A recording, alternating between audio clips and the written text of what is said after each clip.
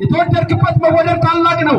ለዚህ ነው እኛ ደግሞ እንዲህ ብለን የምንናገረው ከሞተው ይልቅ በእግዚአብሔር ቀኝ ካለው ይልቅ ሌላ የሚያድነን ማንም የለም ብለን እንናገራለን። ምክንያቱም መጽሐፍ ሲናገር በሰውና በእግዚአብሔር መካከለኛ የሆነ አንድ አለ ይላል።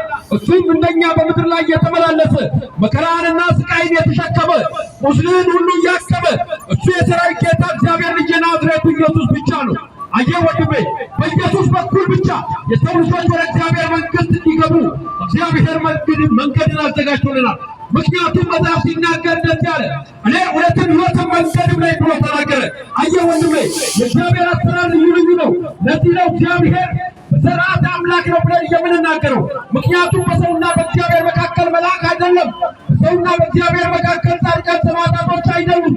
ነገር ግን በሰውና በእግዚአብሔር መካከለኛ ሆኖ ያለ እሱ የሠራዊት ጌታ እግዚአብሔር ቅዱስ መሥዋዕት የሆነው በልጁ በክርስቶስ ኢየሱስ በኩል የሰው ልጆች ወደ እግዚአብሔር መንግሥት ይገባሉ። አየህ ወንድሜ